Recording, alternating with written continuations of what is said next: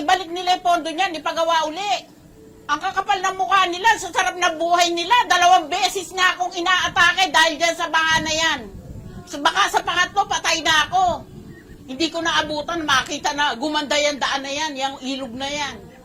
Dahil sa kakakurakot nila. Sobra sila, ganun pala sila katindi. Ganun sila kagrabe na mangurakot. Hindi sila naaawa sa mga tao, sa mga batang nilulubog araw-araw pag pumapasok sa eskwela.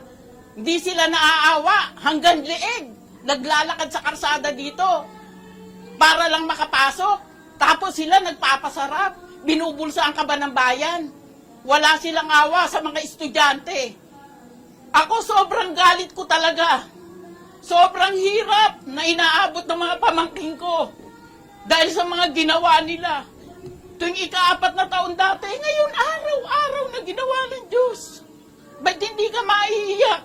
Pagising mo, lubog sa tubig. Yung tsahin ko nga dito, bulag na.